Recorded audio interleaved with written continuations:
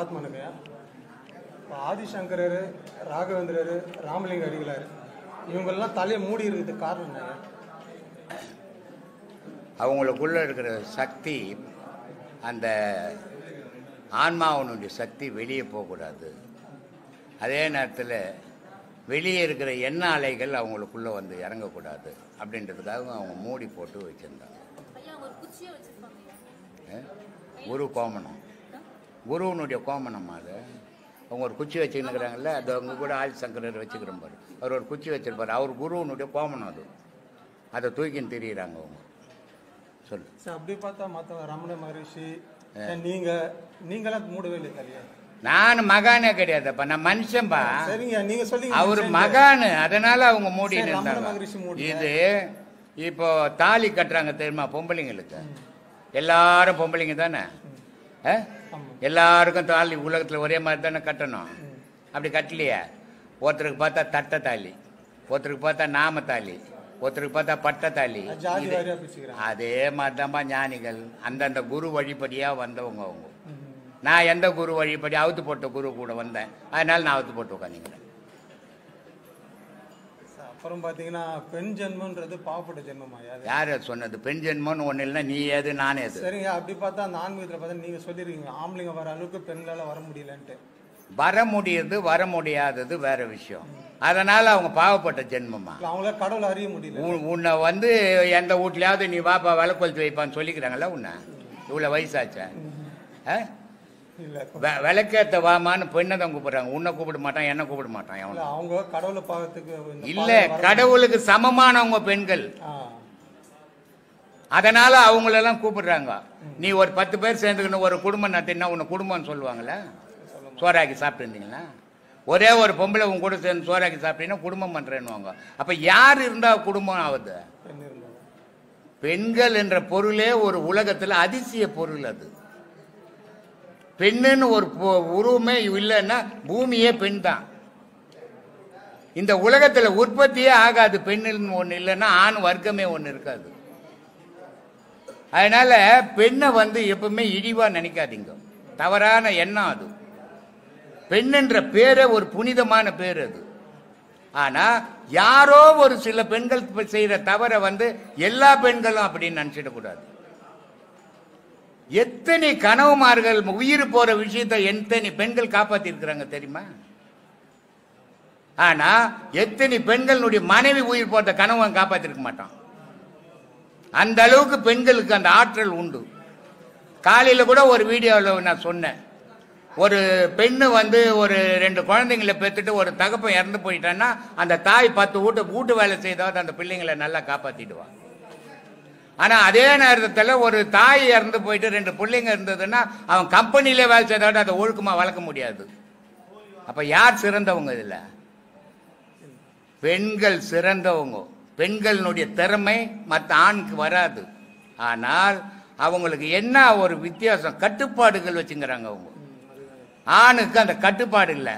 ஆனா கட்டுப்பாடு வச்சுங்கிறதால ஆணுக்கு கட்டுப்பாடு இல்லை, நீ தான் அறிவாளி, அவங்க முட்டாளு நினைச்சுக்காத. உன்னை விட அவங்க அறிவாளி. நீ ஒரு கடைக்கு போனீங்கன்னா, மார்க்கெட்டுக்கு போனீங்கன்னா ஒரு கத்திரிக்காய் 10 ரூபான்னு சொன்னா 10 ரூபாய் கொடுத்து வாங்கிட்டு வந்துன்னேப்பா. அதே 10 ரூபாய் கத்திரிக்காய் பொம்பளை போனாலும் 8 ரூபாய்க்கு வாங்கிட்டு வந்துருவான். யார் திறமைசாலி இதுல? அதனால பொம்பளைங்களை எப்பவுமே இழிவா கணக்கு போடவே போடாதீங்க. பெண்ணுடைய வயிறு இல்லைன்னா நம்ம இல்லை இந்த உலகத்துல. பூமின்னு ஒண்ணு இல்லைன்னா ஒரு மரம் செடி கொடி உயிரினம் இங்க ஏங்காது. அதனாலதான் இதுக்கு பூமா தேவின்னு வச்சுக்கிறான். எந்த ஆம்பளை பேர் யாரு வச்சுக்கிறான்? இல்ல உலகத்துல இருக்கிற நதிக்கு எந்த நதிக்காவது ஆம்பளை பேர் வச்சுக்கிறானா? அறிவாளின்னியா? முட்டாள்கள் அதிகமா இருக்கிறது ஆம்பளைங்கள் தான். பெண்ணுடைய தயவு இல்லாத ஆணு வாழவே முடியாது. ஒரு பெண் இருந்தாதான் ஒரு ஆணுக்கு வாழ்க்கையே. பெண் இல்லைன்னா அவனுக்கு வாழ்க்கையே கிடையாது. ஆனா அந்த பெண்ணுகிட்ட இவன் அடிமையா ஆயிடக்கூடாது, அது தவறு. அதை ஏத்துக்க மாட்டேன் நான். கேட்டது வந்து அவங்க வர முடியலன்ற ஆதங்கத்துல, வர முடியலன்றது வேற, அவங்க இழிப்பிறவின்றது வேற. நீ சொல்றது அவங்க வர முடியலையே ஏன்னு கேட்டிருந்தீங்கன்னா பரவாயில்ல. அப்படியா கேட்ட நீ? பொம்பளைங்க என்ன ஒரு இழிவான்னு கேட்கறேன். பாவப்பட்ட ஜென்மமா? அது பாவப்பட்ட ஜென்மம். இப்ப இவங்க எல்லாம் பாவப்பட்ட ஜென்மம் இல்ல, வீட்டுல இருக்கிற பொம்பளைங்க எல்லாம் பாவப்பட்ட ஜென்மமா? வர முடியலன்றதுலதான் கேட்டேன். தவறு, தவறான வார்த்தைகள். நம்ம பேசும்போது சரியா பேச தெரிஞ்சுக்கணும். முதல்ல கண்டபடி பேசிடக்கூடாது. மீடியா இது. பெண்ணுன்றவளுக்கு புருஷனை கேட்கணும், ஐயா இங்கே போயிட்டு வரேன் அப்படின்னு. பிள்ளைங்களை கேட்கணும், மாமியாரை கேட்கணும், மாமனாரை கேட்கணும். இதையெல்லாம் மீறி அவள் ரோட்டில் வந்தாலும் ராத்திரியில் வர முடியுமா? ஆம்பளை 12 மணி கோமத்தை கட்டின்னு வீட்டுக்கு இங்கே வந்துடுவோம் ஆசிரமத்துக்கு, பெண்ணு வர முடியுமா? அதனால அவள் பாவப்பட்ட ஜென்மமா? புண்ணியம் பண்ணவோ பெண்ணுன்றவோ, பாவம் பண்ணவோ நீ. அதனால தாயின்னு ஒருத்த இல்லைன்னா பிள்ளைன்னு ஒருத்தன் வரமாட்டான் உலகத்தில். அதனால பெண் ஜென்மம்ன்றது ஒரு புனிதமான ஜென்மம். யாரோ ஒரு சில பெண்கள் தவறு பண்றாங்கன்னு எல்லா பெண்களையும் அப்படி கணக்கு போடக்கூடாது. அவங்களுக்கு சில கட்டுப்பாடுகள், குடும்ப கட்டுப்பாடுகள். வீட்டில் உன் பொண்டாட்டி நீ உன் பிள்ளைங்க தான் சோறு நீ ஆக்கினுக்கிற, உன் பொண்டாட்டி ஆக்கினுக்கிறான். அவள் எங்கன்னா போனா என்ன சொல்லுவா? உன்னை கேட்காத போக முடியுமா? அவள் சொல்லுவார், நான் நாளைக்கு வரமாட்டேன், நான் ஆசிரமத்துக்கு போகிறேன், கொஞ்சம் சோறு ஆக்கி வைக்கணும். அப்போ உன் தெய்வம் ஓனல்ல, நீ என்ன பண்ணுவ? நேராக பொண்டாட்டிக்கிட்டு சொல்லாத வருவேன். ஏன்னா நீ நாடோடி மாதிரி. பெண்கள் ஒரு கட்டுப்பாடுக்குள்ளே வாழறாங்க. அதனால பெண்கள் அவ்வளோ சாதாரணமான விஷயம் இல்லை. ஏன்பா இது அவங்கவுங்க விருப்பம்பா. நீ போய் வழிகட்டம் பண்ணிட்டுன்னு வர முடியும். அவங்க வந்தா அவனுக்கு என்ன, வரலன்னா உனக்கு என்ன வருத்தம்? நீ மாசம் மாசம் வர்றத பாரு. உன்னை நீ தேடு. பெண்கள் அவங்க அவங்கள தேடிப்பாங்க. அவங்களுக்கு அந்த திறமை இருக்குது. ஊரை போய் நம்ம கூட்ட முடியுமா? இப்ப நான் பேசுறேன்னா எல்லாரும் திருந்திடுவானா? திருந்திடுவான்னு நான் நினைச்சேன். நான் முட்டாள் இல்லை நான். அதனால வந்தவனுக்கு சொல்றோம், கேட்டா கேட்கட்டும், கேட்கலன்னா போட்டோம். அப்படிதான் போகணும். எல்லா பெண்களையும் நோட்டீஸ் போட்டு எல்லா பொம்பளைங்க அனுப்புன்னு சொல்ல முடியுமா? எந்த ஆசிரமாவது ஆம்பளைங்களால ஆசிரம பேர் கெட்டுக்குதா? ஏன் கெட்டு போச்சு?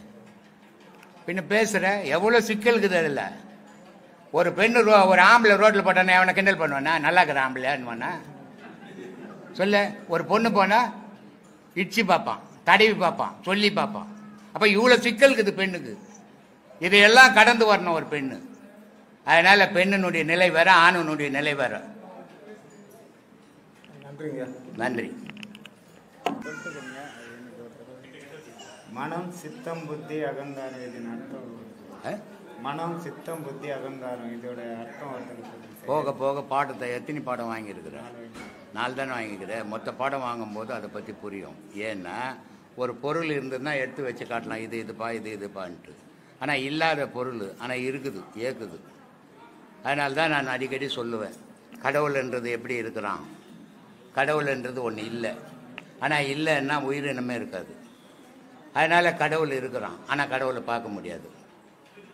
அதனால் இல்லாத ஒன்று இருந்து கொண்டு ஏக்கி கொண்டு இருப்பது எதுவோ அதுவே கடவுள். நம்ம மூச்சை நம்மளால் பார்க்க முடியுமா? கையை பார்க்குறோம், காலை பார்க்குறோம், கண்ணை பார்க்குறோம், மூக்கை பார்க்குறோம், வாயை பார்க்குறோம். ஆனால் மூச்சை பார்க்க முடியுமா? மூச்சின்னு ஒன்று இல்லைன்னா இந்த கண் இல்லை, வாய் இல்லை, கால் இல்லை, கை இல்லை, எல்லாமே அழிஞ்சு போயிடும்.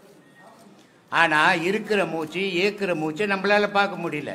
அதான் கடவுள். ஏன் இந்த கேள்வி கேட்டேன்னா, இந்த 2 வருஷத்தில் வந்து முன்னாடி ஏகப்பட்ட கோபம் எவ்வளோ இருந்துச்சு. இந்த 2 வருஷத்தில் எனக்கு எதுவுமே இல்லை. ஒரு உயிர் போகிற பிரச்சனை வந்தாலும் குருன்னு நினச்ச உடனே டக்குன்னு அந்த பிரச்சனை போயிடுது. ஆக்சிடென்ட் ஆகிறது கூட கார் எடுத்துன்னு அதெல்லாம் கூட நினச்சி எங்கள் கோட் ரோட்டில் பார்த்துட்டு வண்டி எடுத்துன்னு போனேன். நின்றுச்சு, பிரேக் ஃபெயிலியர் ஆனது கூட அப்படியே வண்டி நின்றுச்சு. இது மாதிரி நிறைய சம்பவம் நிறைய பேருக்கு நடக்குது. அதனால எல்லாம் ஆண்டவன் செய்யுது. எனக்கு குரு எந்த விஷயம் நினைச்சாலும் டக்குன்னு நல்ல விஷயம் நடக்குது உடனே. நல்லா சந்தோஷம் சந்தோஷம். அதனால எனக்கு கேட்டேன், நீங்க ஒரு காலேஜ்ல கஷ்டப்பட்டீங்க, அனாதையா இருந்தேன்னு சொன்னீங்க. ஆனா இன்னைக்கு இத்தனை வருஷம் கழிச்சு நிறைய பேர் அனாதையா இருக்கிற ஆத்மாக்களுக்கு, மனசுங்களுக்கு, சரிங்களா, இப்போ நீங்க ஒரு வழிகாட்டியா இருக்கீங்க. அப்ப இல்ல நீங்க ஏங்குனீங்க, இப்போ நாங்கெல்லாம் பாக்கியசாலிங்கய்யா. உங்களை மாதிரி இருக்கிறவங்க நம்ம கண் கூட பார்க்கறோம். அதுதான் நான் பல முறை வருத்தப்பட்டது உண்டு, கண்ணீர் விட்டது கூட உண்டு. ஏன்னா இந்த ஆன்மீகம் ஆராய்ச்சின்றது நான் மற்றவங்க மாதிரிலாம் பண்ணலை. நான் வந்து இவங்களாண்ட போய் கேட்டுக்கினேன், அவங்களாண்ட போய் கேட்டுக்கினேன், இத்தை படிச்சுக்கின்னு அத்தை படிச்சுக்கின்னு கேட்கல. நானாக சுயமாக ஆராய்ஞ்சேன் அதை, எது உண்மை எது பொய். என் துன்பத்துக்கு காரணம் கடவுளா நானேவா, இல்லை என் துன்பத்துக்கு காரணம் என் தாய் தகப்பனா, இல்லை நானேவா. இப்படி ஆராய்ஞ்சி ஆராய்ஞ்சி ஆராய்ஞ்சி ஆராய்ஞ்சி அந்த உண்மைகளை எடுத்ததால் தான் இன்னைக்கு இந்த உலக மக்களுக்கு என்னால் முடிஞ்ச அளவுக்கு அந்த உண்மையை சொல்லின்னுக்கிறேன். ஆனால் நான் ஆரம்ப காலத்தில் இந்த கடவுள் நிலையை எட்டின உடனே எனக்கு என்ன தோணுச்சுன்னா, இனி இந்த உலகத்துக்கிட்ட பேசக்கூடாது, நம்ம கடவுளோட இணையணும் அப்படின்ற எண்ணம் தான் எனக்கு தோணுச்சு. ஆனால் அது என்ன தவறோ என்ன பாவமோ என்ன புண்ணியமோ கடவுள் என்னை எடுத்து வச்சு இங்கே தள்ளி விட்டுட்டான். இப்போ இவ்வளோ பேர், இத்தனை 1000 பேர், இத்தனை லட்சம் பேர்கிட்ட கத்தின்னுக்கிறேன். நீங்கள் அப்படின்னு கேக்குறீங்க? ஆமாம்மா, காலையில் உட்காந்து 8 மணிக்கு இது வரைக்கும் பேசின்னு இருக்கிறேன். அரசியல்வாதி கூட 1 மணி நேரம் 1/2 மணி நேரம் தான் பேசுகிறான். பேட்டி எடுத்தா 1/2 மணி நேரம் தான் பேட்டி கொடுக்குறான். நான் 5 மணி நேரம் 6 மணி நேரம் கத்திங்கிறேன் சோறு தண்ணியில். அப்போ இது நான் பண்ண பாவம் தானே. எங்க அகக்கண்ணை திறந்து விடுறீங்கல்ல, அது எங்க அகக்கண்ணை திறந்து. அதனால கடவுள்ன்றது ஒரு புனிதமான பொருள். இப்போ எல்லாரும் எங்கப்பா போய் வர, கல்யாணத்துக்கு போய் வருங்க, எங்கப்பா போய் வர, திருமணத்துக்கு போய் வருங்க. அது என்னது திருமணம்? எனக்கு புரியலம்மா. கொஞ்சம் நீ படித்த பொண்ணு, கொஞ்சம் விளக்கமாக சொன்னீங்கன்னா கேட்டுப்பேன், நான் உலகத்துக்கு சொல்லுவேன். இந்த திருமணம்னு பத்திரிக்கையும் போடுறாங்க. திருமணம்ன்றது என்னது? திருமணம் வந்து கொஞ்சம் நல்லா யோசிச்சு வைக்கிறேன்.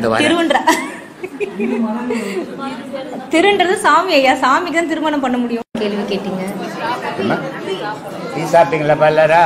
இங்க இந்த கேள்விக்கு பதில் தெரியலையா? உட்காருங்கப்பா. கிளாஸ் நடக்கும்போது குறுக்க வந்தீங்கன்னா கிளாஸ் ஆயிடும். உட்காருங்க. திருமணம் என்றால் என்னன்னு கேள்வி கேட்டுட்டு போனீங்க. எனக்கு தெரிஞ்ச பதில் சொல்றையா. இருமணம் செய்தது திருமணம் சொல்லிட்டு அந்த காலத்துல எல்லாம் சொன்னாங்க. ஒரு ஆணோட மனசும் ஒரு பெண்ணோட மனசும், அதே மாதிரி 2 குடும்பத்தாரோட மனசும் ஒத்துமையா 2 குடும்பத்தார் மனசுன்னா மொத்தம் 6 பேர் ஆயிடுறாங்க. ஆனா இருமணம் சேருது திருமணம் அப்படின்றாங்க. இருமணம் சேர்ந்தா 2 மணம் தானே ஆச்சு. 3 மணம் எங்க வந்தது? நான் 3 மணம் சொல்லவே இல்லை. திருமணம் என்ன எத்தனையா, திரு என்ன எத்தனையா, அப்புறம் எங்க வந்தது? நான் நினைச்ச ஆன்சர் இது என்ன தெரியுமா, இப்பெல்லாம் வந்து எங்க பார்த்தா லவ் மேரேஜ் தான் நிறைய பேர். அதனால வந்து திருமணத்துக்கு போறாரு ஐயரு, அவருக்கே திருமணம்னா தெரியாது. அதனால நிறைய லவ் மேரேஜ் ஆகுறதுனால வந்து சொல்றதுக்கு தெரியல ஐயா. ரொம்ப ரேர் எங்கேயாவது அரேஞ்ச் மேரேஜ் நடக்குது. ரொம்ப அபூர்வமா தான் அரேஞ்ச் மேரேஜ் நடக்குது. ஈத்துக்குனாவது ஓடி போட்டோம், இல்ல அரேஞ்ச் மேரேஜ் கிட்ட எதனா இருந்துட்டு போகுது. ஆனா கல்யாணம் தானே அது பேரு, அதுக்கு தானே திருமணம்னு வச்சுக்குது. அது திருமணம் என்ன? திருனா கடவுளுக்கு திரு உயர்ந்த ஸ்தானத்தை. அவரு கல்யாணமா இவங்களுக்கு கல்யாணமா? கூட நம்ம இது கும்பாபிஷேகம் முடிஞ்ச உடனே கடவுளுக்கு கல்யாணம் பண்ண போறோம். கடவுளுக்கு போய் நம்ம கல்யாணம் பண்ண முடியுமா? ஆனா பண்றோம் ஊரே ஏமாத்தத்துக்கு. ஆனா பண்ண போறோமே. இதெல்லாம் கடவுளுக்கு போய் கல்யாணம் பண்ண முடியுமா? மனுஷனுக்கு கல்யாணம் பண்ணிக்க முடியாத காலத்துல கடவுளுக்கு போய் கல்யாணம் பண்ண முடியுமா? இதனுடைய உண்மையான பொருள் தெரிஞ்சுக்காமே இப்படியே காலம் போயிடுச்சு. ஆமா, எல்லா பத்திரிகைகள் அப்படிதான் போடுறாங்க. நாங்க எல்லாம் அதுதான் தெரிஞ்சுக்கிட்டோம். எல்லா கல்யாண பத்திரிகைகளும் திருமணம் போடுறாங்க. அதனால நாங்களும் வந்து தொட்டு அந்த திருமணம். நான் எல்லாரையும் கேட்டு, சரி இது என்ன திருமணம் 2 மணம்னு போட்டுருக்காம திருமணம் போடுறாங்க, 3 மணம்ன்றாங்க. 3 மணம்ன்றது யாரு? அப்பா அது அம்மா சேர்த்தா கூட 6 மணமா போகுதுன்னு யோசித்தேன். பக்கத்துல ஐயர் இருக்காரு. ஐயரும் இருக்காரு. அவரு கதையை விடு, அவரு துட்டுக்கு வந்துக்கிறாரு. அவர் தானே, இவங்க தானே சேர்த்து வைக்கிறவங்க. அதனால இதனுடைய பொருள் புரியாம பேசுற விஷயம். உலகத்துல பூமி அசையாத இருக்குது, ஆகாயம் அசையாம இருக்குது. ஆனா முப்பொருள் அசையுது, உலகத்துக்குள்ள இயங்குது. அது என்னன்னா இயங்குது? நீர், நெருப்பு, காற்று. இது 3 இயங்குது இந்த உலகத்துல. இப்போ இந்த முப்பொருள் ஒன்னா, அதனால தான் கல்யாணத்துக்கு போனா 16 பெற்று பெருவாழ் வாழுன்னு வாசித்தான். ஏன் இதை வாழ்த்துறா? 16 குழந்தைய பெற்ற போலீஸ் ஸ்டேஷன்ல தான் இருக்கணும். இப்போ இல்ல போலீஸ் ஸ்டேஷன் இல்லையா, தெருதான் எனக்கு இல்லம்மா. இப்ப லாக்அப்ல போட்டுருவாங்க. முன்னெல்லாம் இப்ப எத்தனை பார்த்தாலும் பிரச்சனையே கிடையாது. இப்போ 1 பேத்துக்கணும், இல்ல மிஞ்சி போனா 2 பேத்துக்கணும், செத்து போகுது இன்னொன்னுட்டு. ஆனா 16 பெத்து எடுத்துன்னு போனோம்னு வச்சு ஊர்ல, அவ்வளவுதான், நம்ம உள்ளதான் போயிடணும். தப்பா புரிஞ்சிருக்காங்களே. 16 நற்குணங்களை பெற்று பெரும். அது என்னது? அது 16 நற்குணம் என்னம்மா? குணத்துல நல்ல குணம், கெட்ட குணம். இந்த மாதிரிதாம்மா ஏமாத்திக்கினே வந்தீங்க. பெற்று பெருவாழ் வாழ்க. அதான் 16 செல்வங்கள்னா எது 16 செல்வம்? அந்த இவரு கூட அப்படித்தான் கேட்டாரு. அந்த பாம்பு புத்த படையப்பால பாம்பு புத்துல கை ஊட்டியான்னு கேட்டாரு. ரஜினியை கேட்பாரு, அனுமோகன். அவரு கூட அந்த கேள்விதான் கேட்டாரு அன்னைக்கு, போன மாசம் பௌர்ணமி. அப்புறம் அவருக்கு சொன்னேன் இது மாதிரி நீட்டு. சாமி இது உலகத்துக்கே தெரியல சாமி, நீங்களா சொன்னீங்களே, இது இது ஒரு நல்ல வாய்ப்பு கிடைச்சதுன்னு. அது மாதிரி இந்த 5 பஞ்சபூதங்களில் 2 அசையா பொருளாக நிற்குது. 3 பொருள் தான் இயங்குது உலகத்தில். இந்த 3 பொருள் ஒன்று எப்போ சேருதோ அப்போ 16 கலைகள் உண்டாகும்.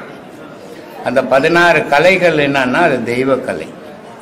அந்த தெய்வக்கலை இருக்கும்போது அங்கே மரணம் கிடையாது, யமம் பிடிக்க முடியாது. அதுதான் பக்த மார்க்கண்டேயன். அந்த 16 கலை இருக்கும்போது சிவத்தோடு மனிதன் வாழ்வான். அவன் சிவத்தோடு வாழும்போது மார்க்கண்டேயன் யமன் போய் கயிறை போட்டால் சிவமும் சேர்ந்து மாட்டிக்கிச்சு. அதனால சிவபெருமான கோவம் வந்து யமனையே 8 வச்சு தண்டனை கொடுத்து அமைச்சிடுறாரு. அந்த மாதிரியான கலை அது. சூரிய கலை 12 மனுஷனுக்கு ஓடுறது, அக்னி கலை 8, சந்திரகலை 16. இந்த 16 கலையில் நிற்கும் போது கழுத்து கீழே மூச்சு கிடையாது, அது வாசியாக மாறிடும். அந்த 16 கலையில் மனுஷன் வாழும்போது மரணம் கிடையாது. அது 16 செல்வங்கள். அது அந்த 16ல் நிற்கும் போது நீ மனிதனும் கிடையாது, கடவுளோட வாழற. இங்கே மனித இயக்கமே கிடையாது. இந்த செல்வம் எல்லாருக்கும் கிடைக்காது. இந்த 16 செல்வம் சேரணும். இந்த 16ல் நீ வாழணும். இந்த 16ல் நீ வாழணும்னா என்ன பண்ணணும் அப்படின்னா, இடுப்பில் இருக்கிற அகாரம்ன்ற நெருப்பை ஏற்றணும், வயிற்றில் இருக்கிற மகாரம்ன்ற காத்தோட சேர்க்கணும். ரெண்டையும் சேர்க்கணும். எத்தனையாச்சு? எத்தனைமாச்சு? 32. வயிற்றில் இடுப்பில் இருக்கிற நெருப்பை எத்தனை போய் காத்தோட சேர்க்கணும். சேர்ந்தா எத்தனையாச்சு? 2 ஆச்சு. இந்த 2ஐயும் எத்தனை போய் சத்தத்தோட சேர்க்கணும் உச்சியில். அப்போ எத்தனையாச்சு? இந்த 3 சேர்ந்தாதான் 16 கலை. இதான் அக்னி கலை, இதான் சந்திரகலை. இந்த 16 செல்வங்களை பெற்று நீ உலகத்தில் நிரந்தரமாக வாழணுன்றதுக்கு தான் மகான்கள் ஆசீர்வாதம் பண்ணாங்க. 16 பெற்று பெருவாழ் வாழணும். 16னா இங்கே 16 புள்ளிய பெற்றுக்கிறது இல்லை. இங்கே ஜனாதிபதி கூட 16 செல்வம் கிடையாது. உலகத்தில் எவனுக்கும் 16 செல்வம் கிடையாது. அமெரிக்கா ஜனாதிபதி கூட கிடையாது 16 செல்வம். எவனுக்காவது இருக்குமா? இருக்கவே முடியாது. ஆடு மேய்ப்பாரா? ஆடு ஒரு செல்வம், மாடு ஒரு செல்வம், கோழி ஒரு செல்வம், குழந்தைங்க ஒரு செல்வம், நீர்நிலைகள் ஒரு செல்வம். இப்படி 16 செல்வங்கள் இருக்கணும். ஆடு மேய்ச்சின்னு பாரு ஜனாதிபதி போய். அதனால உலகத்தில் எவனுக்குமே அந்த 16 கிடையாது. 16 மகானுக்கு மட்டும்தான். அந்த 16 பெற்று நீ பெருவாழ்வு, அதுதான் பெரிய வாழ்வு விடாது. இன்பம், சிற்றின்பம், பேரின்பம். அப்போ அந்த 16 கலை பெறும்போது சிற்றின்பத்திலேருந்து நீ பேரின்பத்தை அடையிற. இந்த பேரின்பத்தை அடையணும்னா இங்கே சிற்றின்பம் ஆணும் பெண்ணும் சேர்றது ஒரு சிற்றின்பம். ஆனால் ஒரு உடலுக்குள்ள, பெண்ணுடைய உடலுக்குள்ள ஆணும் இருக்கிறான் பெண்ணும் இருக்கிறா, அவ 2 சேர்ந்தா அது பேரின்பம். புரியுதா? இதைதான் சொன்னார். இருட்டறை மூலையில் இருந்த கண்ணி குருட்டு கிழவன் கூடல் குறித்து குருட்டினை நீக்கி மருட்டி அவளை மனம் புரிந்தாள். இருட்டறையில் மூலையில் இருந்தாலும் கன்னி பொண்ணு, அதை முன்பக்கம் வந்தால் மாயை விடமாட்டேன் தான் சேரத்து கணவனோட. கணவனுக்கு காத்து இருந்து வயசாகி போய் தாத்தாவாயிட்டாராம். அப்போ இந்த அம்மா வயசு பொண்ணு போய் அவர்கிட்ட நின்று நடனம் ஆடின உடனே அவருக்கு கண் பார்வை வந்துச்சான், இளமை வந்துதான். 2 பேரும் கல்யாணம் பண்ணிக்கினாலாம். இந்த 2 பேரும் கல்யாணம் பண்ணிக்கிறதுக்கு காரணமாக இருந்த இந்த மகனை விடுவாங்களா ரோட்டில்? அப்போ மகனை தனக்குள்ளே சேர்ப்பாங்க. அதாண்டா முக்தி மோட்சம்னு. இவ்வளோ கதை இருக்குது. திருமணம்னா திருமணம் இல்லை, அதான் திருமணம். 3 மனம் சேர்றது திருமணம். இந்த 3க்கு தான் ஒரு தாலி கவுத்தில் 3 முடிச்சு போய் 32 முடிச்சு போட்டா என்ன வேணா? அந்த கவுர் நீட்டாக இருந்தது, நீட்டாக போட்டு நிகழாம தாம்பு கவர் மாதிரி. ஏம்மா அது ஏம்மா 3 முடிச்சு போடணும்? இந்த 3 முடிச்சு ஒரு கடவுளுக்கு, அம்பாளுக்கு ஒரு முடிச்சு, மகாவிஷ்ணுக்கு ஒரு முடிச்சு, சிவனுக்கு ஒரு முடிச்சு. இது 3 சேர்ந்தால் திருமணம். திருமணம் சேர்ந்தால் பெரும் வாழ்வு. இதை தான் வள்ளலார் சொன்னார். மருந்தோ மருந்து, நல் மருந்து நம்முள்ளே இருக்கு மருந்து, கைலை மருந்து இறப்பு பிறப்பு தவிர்க்கும் பெருமருந்துன்னாரு. அந்த 16 கலை இறப்பும் கிடையாது பிறப்பும் கிடையாது. அதை அடையணும். அதுக்கு அந்த திருமணம் தேவை. நீ திருமணம்னா எங்க அப்பா வீட்டுக்கார் சேர்த்துக்கினார், சித்தப்பா வீட்டுக்கார் சேர்த்துக்கினாரு, மாமா வீட்டுக்கார் சேர்த்துக்கினாரு. நீங்க போங்க. செய்திங்கள்னா மனிதன் ஒவ்வொரு பாவம் பண்ணாத மனிதனு உலகத்தில் பிறக்கவே இல்லை. ஏன்னா பாவம் பண்ணாதவனுக்கு பிறப்பு இல்லை. ஏதோ ஒரு விதத்தில் எப்படியோ அறிஞ்சு பாவம் பண்ணியிருப்பான், அறியாமல் பாவம் பண்ணியிருப்பான், அவனுக்கு தான் பிறப்புங்க. அந்த பாவம்ன்றனே இல்லாதவனுக்கு இங்கே பிறப்பே கிடையாது. அப்போ நம்ம பிறந்து இருக்கிறோம், ஏதோ பாவம் பண்ணியிருக்கிறோம். அந்த பாவத்தினுடைய விளைவை எதில் அழிக்க முடியும்? வழி எது அதை அழிக்கிறதுக்கு? எனக்கு பிறப்பு வேணாம், நான் பிறந்து என்ன சாதிச்சேன் இந்த உலகத்தில், அதனால் எனக்கு பிறப்பு வேணாம் அப்படின்ற நினைவை உண்டாக்கிக்கணும். அப்போ இது ரெண்டில் இந்த எதில் இந்த பாவத்தை அழிக்க முடியும்? எது வழி? எந்த உலகத்தில் நம்ம பாவம்னு சம்பாதிச்சோமோ, எந்த உலகத்தில் நம்ம பாவத்தை பண்ணமோ அந்த உலகத்திலே புண்ணியத்தை பண்ணி தீர்த்துடணும். அத்தை அப்படின்னா ரெண்டு வழி தான். ஒன்று தர்மம், இன்னொன்று யோகம். இந்த ரெண்டு வழியில் மட்டும்தான் மனிதனுடைய பாவத்தை அழிக்க முடியும். வேற எந்த விதத்தாலையும் அழிக்க முடியாது. அதுக்காக தான் இந்த பாடமே கொடுக்குறோம். ஏன்னா ஒரு வெள்ளம் வந்ததுன்னா, ஒரு பொருள் இருந்ததுன்னா அடிச்சுன்னு போய் இன்னொரு இடத்துல விட்டுட்டு போயிடும். ஒரு காற்று வந்ததுன்னா அதை அடிச்சுன்னு போய் இன்னொரு இடத்துல விட்டுட்டு போயிடும். ஆனால் நெருப்பு வந்ததுன்னா என்ன பண்ணும்? இருக்கிறத எதையுமே இல்லாத ஆக்கிட்டு போயிடும். அந்த நெருப்பை கொளுத்துற பாடத்தை தான் உங்களுக்கு கொடுத்துன்னுக்கிறேன் நான். அந்த நெருப்பை கொளுத்துனீங்கன்னா நீங்க செய்த பாவ புண்ணியங்கள் அதுல அழிஞ்சிடும். அந்த பாடத்துல எனக்கு உண்மையை உணர்ந்த. ஆமா, அதுல எனக்கு ஆரவாரம் இருந்தது. அப்போ அந்த மாதிரியான நிலைக்கு அதை போயிடும். இப்போ எல்லாரும் என்ன கேக்குறீங்க, நான் ஏன் பிறந்தேன், கடவுள் இருக்கிறாரா இல்லையான்னு. இப்ப நான் கூட அத்தை தான் கேட்டுக்கினே இருக்கிறேன்.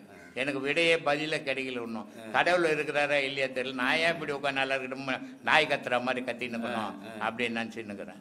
அதனால இதெல்லாம் அறியாமையில வர கேள்விகள். கடவுளை கும்பிட்டேன், எப்ப கடவுளை கும்பிட்டீங்க? ஒரு நிமிஷம் சிந்திச்சு பாருங்க. யாராவது கடவுளை கும்பிட்டேன் கடவுளை கும்பிட்டேன் கடவுளை கும்பிட்டேன்னு 1000 பேர் பேசுறீங்க. ஆனா யாராவது கடவுளை கும்பிட்டது உண்டா? கடவுள் எப்படிங்கிறான்னு தெரிஞ்சது உண்டா? தெரியாம எப்படி கும்பிட்டீங்க? சிலைகளை தானே கும்பிட்டீங்க. அது பேசுச்சா உங்களாண்ட? அது தேவை. அது எப்ப வரைக்கும் தேவை? இளமை பருவத்துல கடவுள்னா நம்மளை விட ஒரு உயர்ந்த பொருள், நம்மளை காப்பாத்துது அப்படின்னு அறிவுரை சொல்றதுக்கு அதுங்களுக்கு தேவை. இப்போ ஒரு 1ஆம் கிளாஸ் ஸ்கூல் படிக்கிறான் ஒரு பையன். அவனுக்கு கடல்ல கப்பல் போகுதுன்னு காட்டணும். எப்படி காட்டுவான்?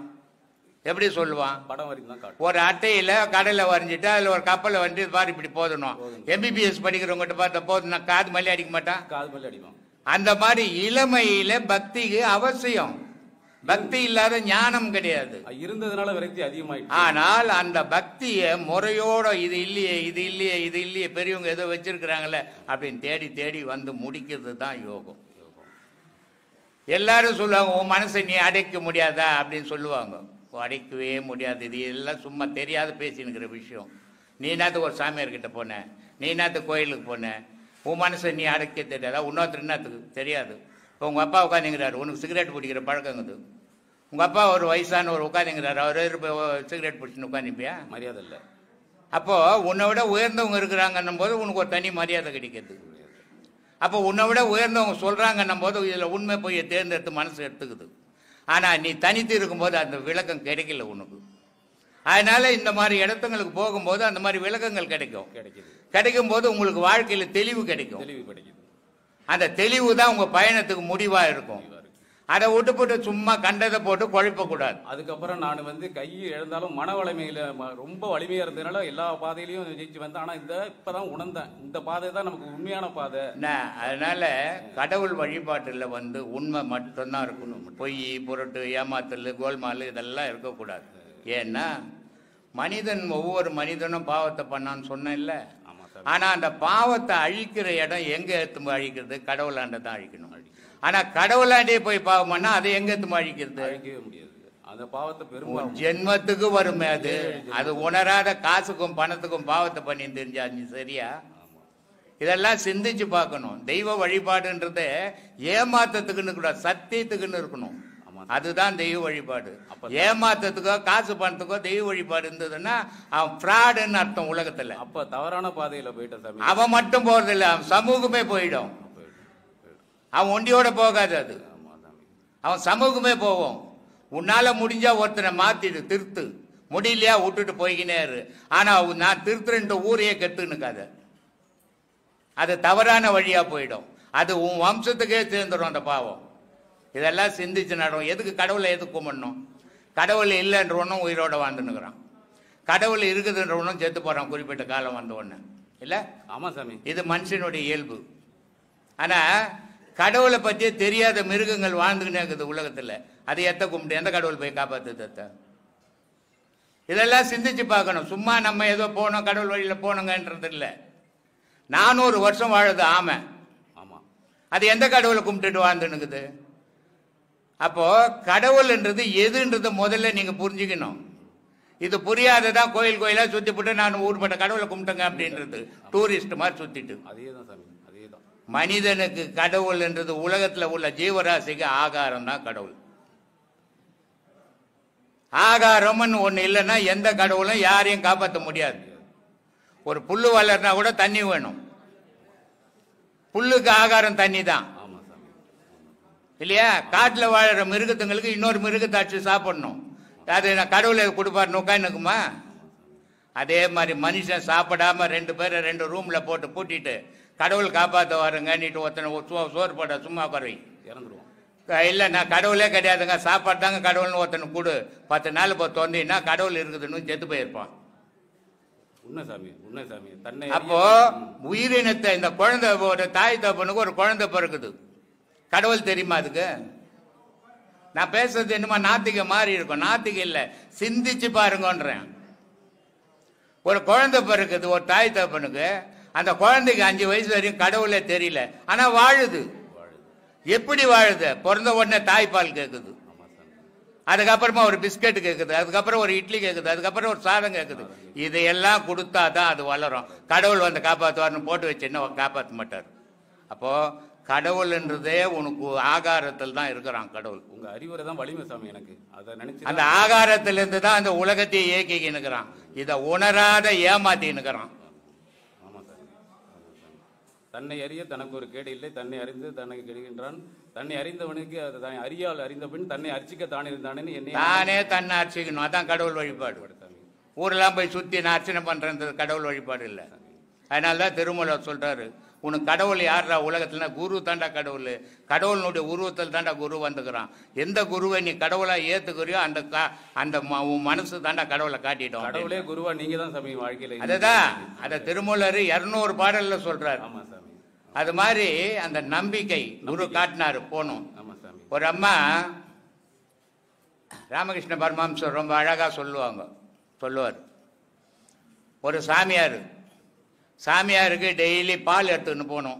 ஒரு ஊர்ல இருந்து இடையில ஆறு, அந்த ஆற்றை கடந்து போய் பால் கொடுக்கணும். அப்போ டெய்லி இந்தம்மா போய் பால் கொடுக்குறாங்க. சாமியார் உட்காந்துங்கிறாரு, ஆற்றுல தண்ணி போகுது. இந்த அம்மா ஆற்றுல இறங்கி போய் பால் கொடுத்தாங்க. அவர் சாமியார் கேட்குறாரு, எப்படிம்மா வந்தேன்னா? ஆற்றுல வந்தேங்க, தண்ணி போகுதுண்ணா, மேலேயே வந்துட்டேன் அப்படின்றாங்க.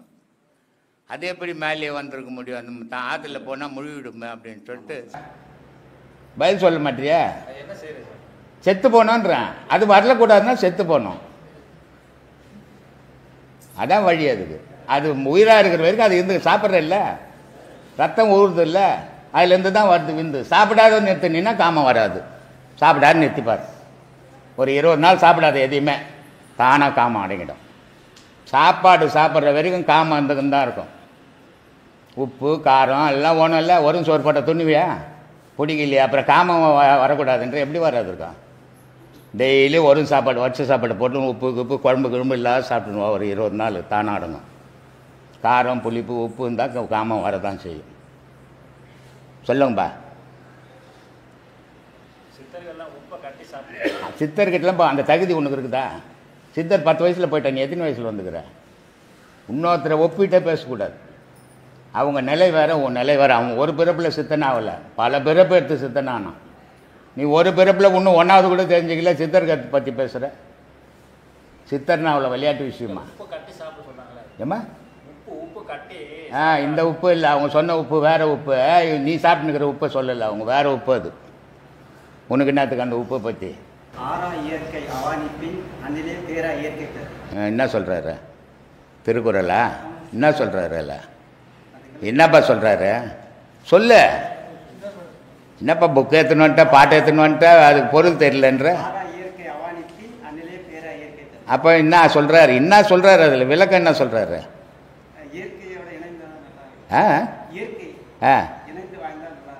இயற்கையோட இணைந்து. ஆசை இல்லாத இயற்கையோட வாழ முடியுமா உன்னால? பின்ன அவர் சொல்லிட்டு போட்டார், அவர் நிலையில இருந்து ஊ நிலைக்கு ஒத்துப்பாரு. அவர் சொக்காயில் இருந்தார், நீ அவுத்து போட்டு வாயம் பார்க்கலாம் ஊர்ல இருந்து. ஒருத்தரை ஒப்பிட்டு பேசக்கூடாது. அவர் சொல்றாரு, வளர்த்தலும் அழித்தலும் வேண்டாம், உலகம் பழித்ததை அழித்து விடுனாரு. முடியுமா உன்னால? இங்க சொன்னாரு உலகத்தை ஒத்து போவாத, நீ தனித்து வாழுன்றாரு, இயற்கையோட வாழுன்றாரு. அங்க என்ன சொல்றாரு, ஊரோட ஒத்துப்போ, இல்லைன்னா உன்னை கூப்பிட்டு கொட்டுன்னு கொட்டுவாங்கன்றாரு. அப்ப எதை எடுத்துக்கிற சொல்லு, எதை பார்த்து போற? அதனால அவர் சொன்னது அத்தனையும் எல்லா மனுஷனுக்கும் பொருந்தாது. அவங்க நிலை வேற, உயரமான நிலை. நம்ம நிலை எல்லாத்தையும் பண்ணி போட்டு ஒரு கால் சட்டி எடுத்துன்னு சுற்றின்னு வரோம் நம்ம. அதனால நமக்கு முடியாது, எல்லாரோடையும் ஒத்து தான் போகணும். நான் அதனால தான் சொல்லுவேன், இந்த உபதேசம் வாங்குறீங்க, நான் உபதேசம் வாங்கிட்டேன், நான் ஞானி, எனக்கு ஓடுவானா பொண்டாட்டி வானா புள்ள குட்டினா இந்த பக்கமே திரும்பாதீங்கன்ட்டு. எல்லாமே செய்யணும், எதுலேயும் நீ ஒட்டாமல் செய்யணும். அதான் வாழ்க்கை, அதான் கடவுள் வழிபாடு. வீட்டை விட்டு ஓடி போகிறது, கடை வாங்கி துண்ணு போட்டு வீட்டுக்கு பயந்துன்னு குடும்பத்தை நடத்த முடியாது ஓடி போகிறவன் தான் கடவுளை தேடி ஓடி போக மாட்டான்.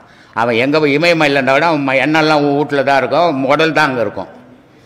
அதனால் சாதனைன்றது இருக்கிற இடத்துலேருந்து சாதிக்கணும், அதான் சாதனை. ஓடி போய் சாதிக்கிறது சாதனை இல்லை, அது பயம். அதனால் ஒவ்வொரு நிலையும் நம்ம நிலை என்ன, நம்மளுடைய குடும்பம் என்ன, நம்ம வாழ்க்கை என்ன, அதுக்கேற்ற மாதிரி போகணும். பெரிய மகான் சொல்லிக்கிறாரு, அப்படி போகிறங்கன்னா நீ வீட்டில் விட்டுடணும். அது முடியாத காரியம் இல்லையா? ஒருத்தர் என்கிட்ட வந்தார், எனக்கு யாருன்னு அவருக்கு தெரியாது, நான் யாருன்னு அவருக்கு தெரியாது. டீ கடைக்கார் சொன்னார் போலுக்குது அவர்கிட்ட, இது மாதிரி பாண்டு குருநாதர் அவருன்ட்டு.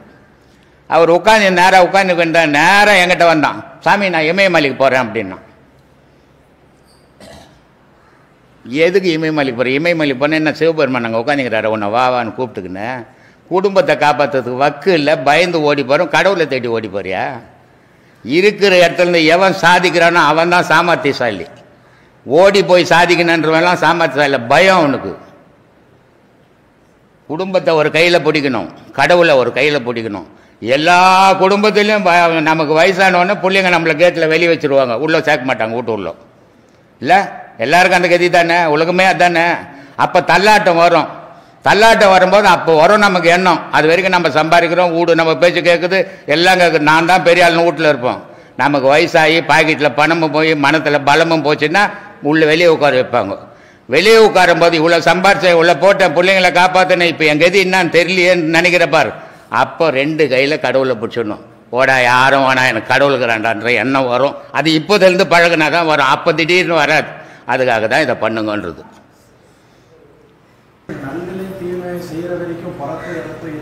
எந்தே தீரும். இதனால தான் நீ எந்த வழியில் போறியோ அதுக்கேற்ற மாதிரி செயல் வந்துடும் உனக்கு. நல்ல பாதையில் போகும்போது, கடவுள் பாதையில் ஞானத்தில் இதிலெல்லாம் போகும்போது என்ன ஆகிடும், தானாகவே நீ கெட்டதுலேருந்து விலகினே வந்துடுவேன். இப்போ கெட்டதே செய்தீங்கன்னா நான் 10 பிறப்பு பிறகு நீ கடவுளில் சேர்னா, நல்லதே செய்யும்போது 2 பிறப்புல கடவுள்கிட்ட போய், இதான் வித்தியாசம். அப்போது நம்ம நல்லது கெட்டது செய்யும்போது நல்லா இருக்கலாம், நல்லதை செய்யும்போது தர்மத்தை செய்யும்போது துன்பங்கள் வரும், ஆனால் அந்த துன்பத்தால் உனக்கு பாதிப்பு வராது. நான் தீமை செய்கிறப்பார், அதனால் பாதிப்பு வராது. வந்துச்சுன்னா நீ திருப்பி எழுந்துக்கவே முடியாது.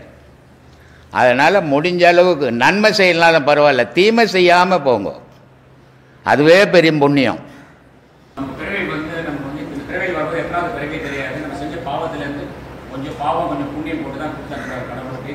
சரி சரி, ஒரேடியாக துன்பம் கொடுத்தாலும் மனுஷன் வாழ முடியாது, ஒரே இன்பத்திலையும் வாழ முடியாது, துன்பம் போட சொல்கிறாங்க. அப்போ நம்ம இந்த பிறவையில் வந்து இப்போ நம்ம வள்ளுவர் சொல்கிறாரு, ஊடலுக்கு பின் கூடலுன்றாரு. அது என்ன அர்த்தம்? சண்டை போட்டுக்குன்னா குடும்பத்தில் பொண்டாட்டிக்கிட்ட அப்புறம் சேரும்போது சாதாரணமாக சேர்ந்ததை விட இன்பமாக இருக்குமா இல்லையா? அதனால் ஒரு மனுஷன் எப்போ துன்பத்தில் இருந்து அவன் இன்பத்தை அடையிறானோ அந்த துன்பத்தை விட இந்த இன்பம் பெருசாக இருக்கும். ஒவ்வொரு மனிதனும் இந்த உலக விஷயத்தில் 70% துன்பத்தை அனுபவிக்கிறான்.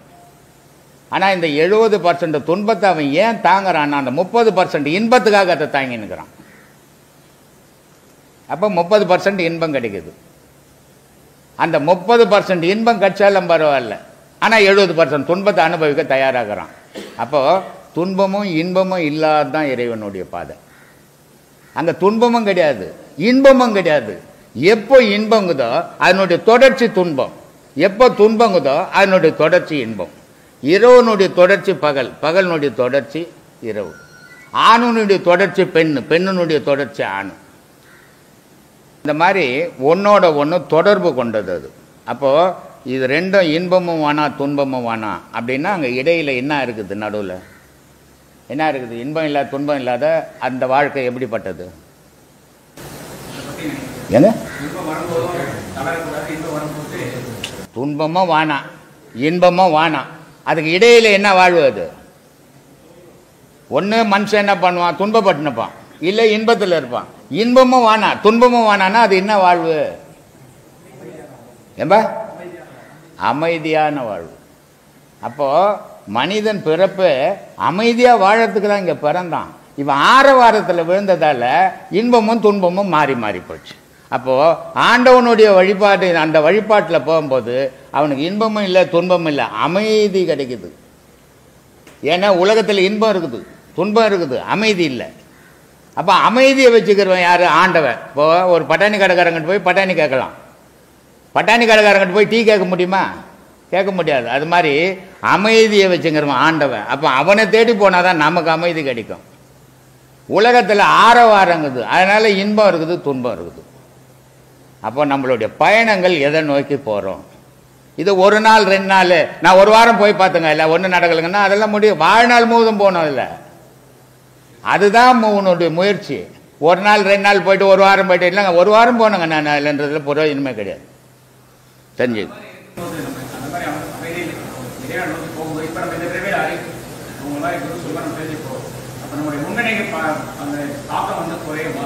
கண்டிப்பா கண்டிப்பாங்க. இப்போ ஒரு துணி போட்டுன்னுக்குறோம் இல்லையா, அந்த துணி மில்லிலேருந்து வரும்போது பல்ச்சின்னு வந்தது பால் மாதிரி இல்லையா, அதை ஒரு வாட்டி கட்டிட்டோம், நம்ம துவைக்கிறோம், கொஞ்சம் வெள்ளையாக இருக்குது, திருப்பி 2 வாட்டி கட்டணும், திருப்பி துவைக்கிறோம், அது வந்த மாதிரி இல்லை கலர்.